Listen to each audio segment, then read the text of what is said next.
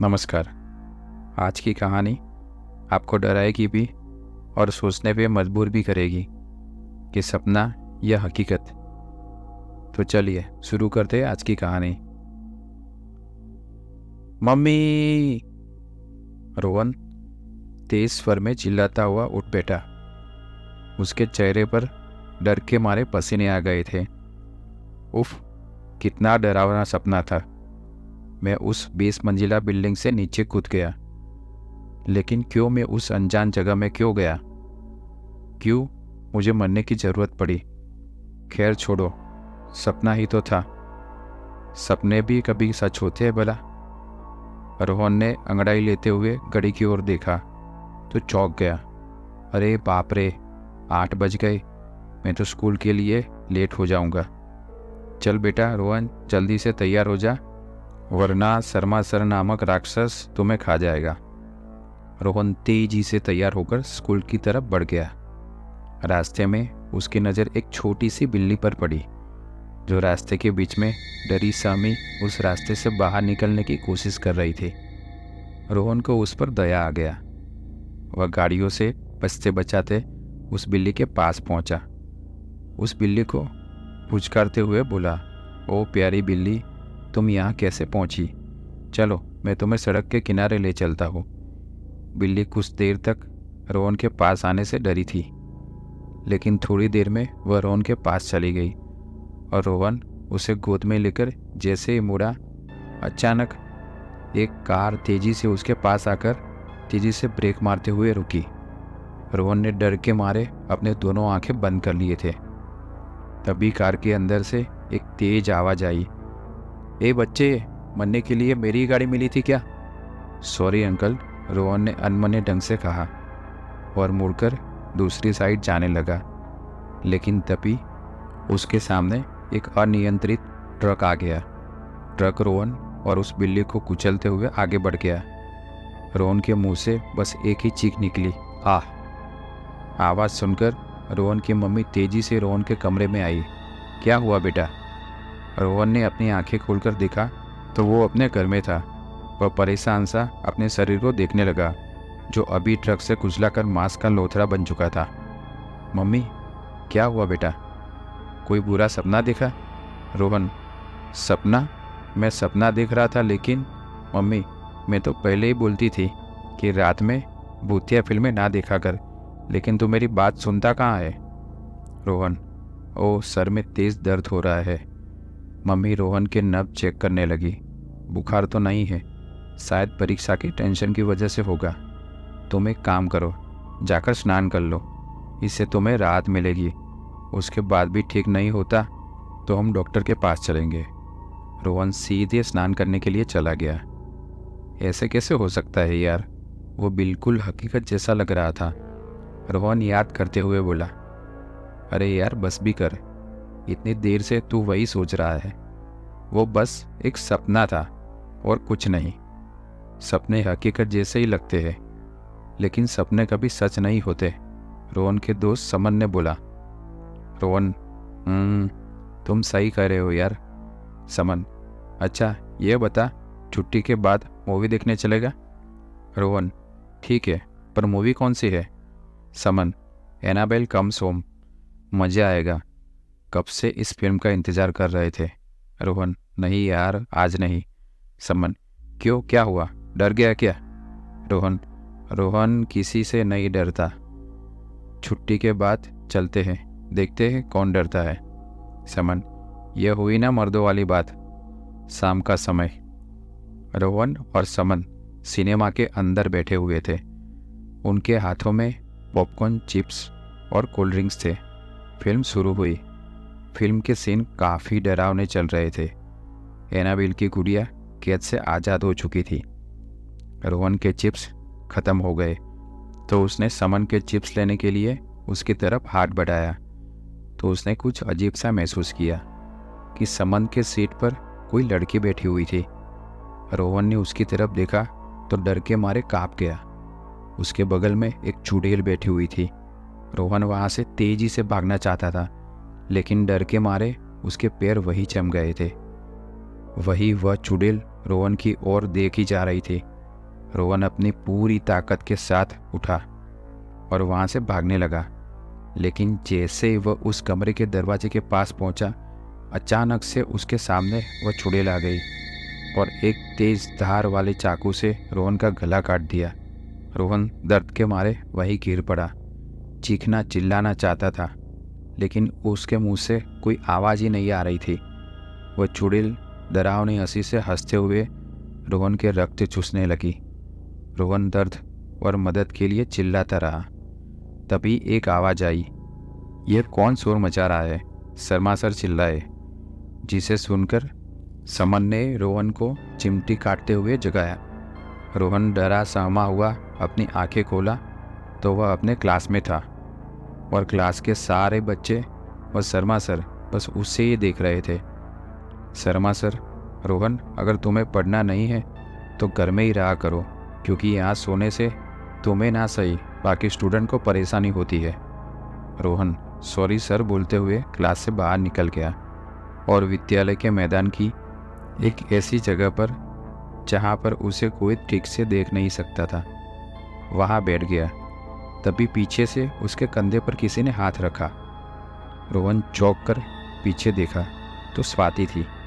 उसे देखकर रोहन के आंखों में आंसू आ गए। रोहन स्वाति के सीने से लग गया। स्वाति, मुझे पता नहीं यह मेरे साथ क्या हो रहा है, मैं परेशान हो गया हूँ। ये सुनकर स्वाति ने रोहन को शांत कराया। ओके, रिलैक्स रिलैक्स, सब ठीक है। मुझे बताओ तुम्हारे साथ क्या हो रहा है रोहन। रोहन ने स्वाति को सारी बात बताई। मुझे समझ नहीं आ रहा है कि ये सपना है या हकीकत। सपने के ऊपर सपना और उसके ऊपर और एक सपना, लेकिन मुझे पता है यह सब सपना नहीं है, यह हकीकत है। कोई तो है जो मेरे साथ ऐसा कर रहा है, मगर कौन?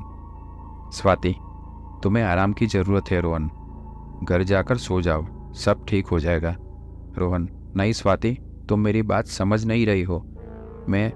रोहन की बात बीच में तोड़कर स्वाति तेज आवाज़ में बोली, मैं बोल रही हूँ ना, घर जाकर सो जाओ। रोहन ये सुनकर स्वाति की तरफ देखा तो एक बार फिर उसकी रूह कांप गई।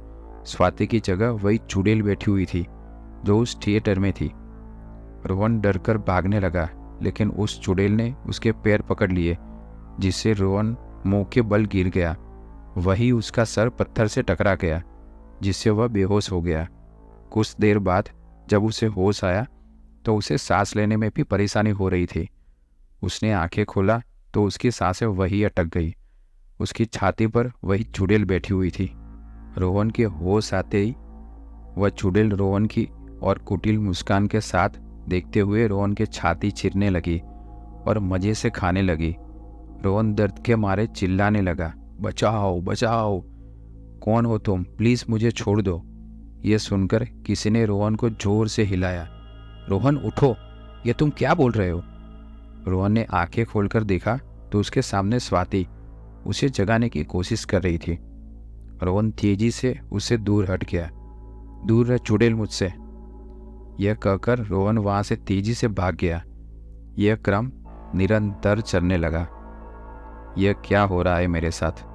मेरा दिमाग फट रहा है, मैं पागल होता जा रहा हूँ। मेरे साथ ही क्या हो रहा है? यह सपना है या हकीकत? रोहन आंखें बंद किए अपना सर पकड़कर बैठा हुआ था। तभी उसे किसी के रोने की आवाज़ सुनाई दी। उसने अपने आंखें खोलकर देखा तो रात हो चुकी थी। वह किसी बिल्डिंग के छत पर था।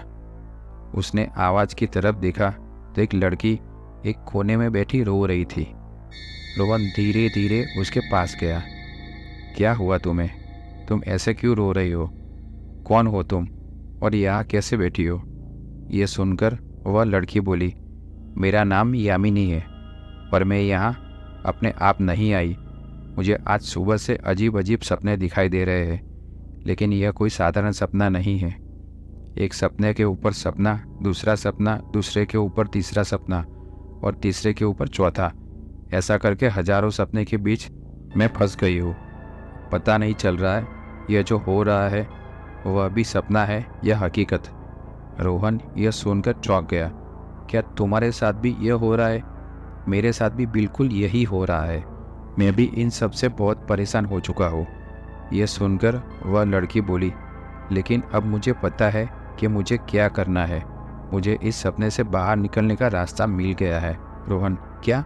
सच में? मुझे बताओ कैसे। यामिनी, मेरे पीछे आओ। यामिनी खड़ी हुई और छत की बिल्कुल किनारे पर खड़ी हो गई, जिसे देखकर रोहन बोला, अरे संभल कर, तुम गिर जाओगी। यामिनी, यही वो रास्ता है जिसे हम इस सपने से बाहर निकल सकते हैं। रोहन, नहीं, इससे हम मर जाएंगे। यामिनी, वह तो हम हर सपने में मर रहे हैं। याद करो, हम आज हजारों बार मर चुके हैं। हर पल कोई ना कोई हमारी मौत का कारण बन रहा है। रोहन सोचते हुए, हाँ, मैंने पहले इस पर ध्यान नहीं दिया। यामिनी, लेकिन उसमें हम मारे गए थे। इसमें हम स्वयं मरकर इस सपने और हकीकत की भूलभुलैया से बाहर निकल सकते हैं। रोहन कुछ बोलता उससे पहले ही यामिनी ने छलांग लगा दी। रोहन नीचे की ओर देखने लगा, लेकिन अंधेरे की वजह से उसे कुछ दिखाई नहीं दिया। रोहन वापस लौटने लगा। तभी नीचे से आवाज़ आई, रोहन, ये तुम क्या कर रहे हो? क्या तुम हर पल ऐसे ही मरना चाहते हो? तुम पागल हो जाओगे। आओ, मेरे साथ आओ, या तुम्हें इन सब से छुटकारा मिल जाएगा। यहाँ बहुत शांति है। मुझे बहुत राहत महसूस हो रही है। अब कोई सपना नहीं है, सब हकीकत है। आओ रोहन, मेरे साथ आओ। रोहन अपने आप से बोलने लगा, हाँ, यह लड़की सही कह रही है। मुझे इसकी बात माननी चाहिए। इससे मुझे हर पल मरना नहीं होगा। मुझे इन सब से छुटकारा मिल जाएगा। जब मैं इस सपने से बाहर हकीकत में पहुंच जाऊंगा, मुझे बहुत सारा काम भी तो करना है। मुझे मॉम डैड के सपने भी पूरे करने हैं जो उन्होंने मेरे लिए देखे हैं। मुझे अपना सपना पूरा करना है। स्वाति, उससे शादी करनी है। मुझे अपना जीवन बनाना है। रोहन उस बिल्डिंग से नीचे छलांग लगा दी। एक चीख के बाद सब शांत हो गया। सुबह उस बिल्डिंग के नीचे लोगों की भीड़ इकट्ठी हो गई थी, जिसे पुलिस ने हटवाते हुए उसके अंदर गई तो देखा खून से लथपथ एक लाश जमीन पर पड़ी हुई थी। वह रोहन का था। पुलिस मामले की जांच कर रहे थे। वही रोहन के माता पिता का रो रो कर बुरा हाल था। उनके दोस्त भी वही खड़े हुए थे। इंस्पेक्टर हर्ष, रोहन के माता पिता से माफ़ कीजिए, ऐसे समय में सवाल करना ठीक तो नहीं है, लेकिन क्या रोहन को कोई परेशानी थी जो उसने ऐसा कदम उठाया? रोहन के मम्मी रोते हुए बोली, रोहन को कोई परेशानी नहीं थी। घर से स्कूल और स्कूल से घर, यही उसकी जिंदगी थी। लेकिन कल से वह बहुत परेशान दिखाई दे रहा था। वह बोल रहा था उसे अजीब अजीब सपने दिखाई दे रहे हैं। इंस्पेक्टर हर्ष, क्या सपने? फिर इंस्पेक्टर हर्ष रोहन के दोस्तों के पास पहुंचा। बच्चों, तुम्हें रोहन ने बताया कि उसे क्या परेशानी थी? समन, सर, रोहन कल काफ़ी अजीब अजीब बातें कर रहा था, जैसे उसे किसी ने मार दिया, लेकिन वह मरा नहीं क्योंकि वह एक सपने में था। फिर उसके बाद उसे किसी और ने मार दिया, लेकिन वह इस बार भी नहीं मरा क्योंकि इस बार भी वह सपने में था। इंस्पेक्टर हर्ष, क्या सपने में मर रहा था तो यह हकीकत में कैसे मरा? खैर, अब तो पोस्टमार्टम के बाद ही पता चलेगा कि यह कैसे मरा। लाश को पोस्टमार्टम के लिए भेज दिया गया, जिसके रिपोर्ट के अनुसार आत्महत्या था जो उस बिल्डिंग से गिरकर हुई थी। लेकिन क्या यह सच में एक आत्महत्या थी? रोहन के साथ जो हुआ वह सपना था, यह हकीकत ये सोचने पर मजबूर कर देती है। उम्मीद करते हैं आपको आज की ये कहानी अच्छी लगी होगी। अपनी राय कमेंट बॉक्स में ज़रूर बताना, और अभी तक आपने हमारी चैनल को सब्सक्राइब नहीं किया तो सब्सक्राइब कर लीजिए। अपना ख्याल रखना। मिलते ऐसी एक नई वीडियो के साथ। धन्यवाद।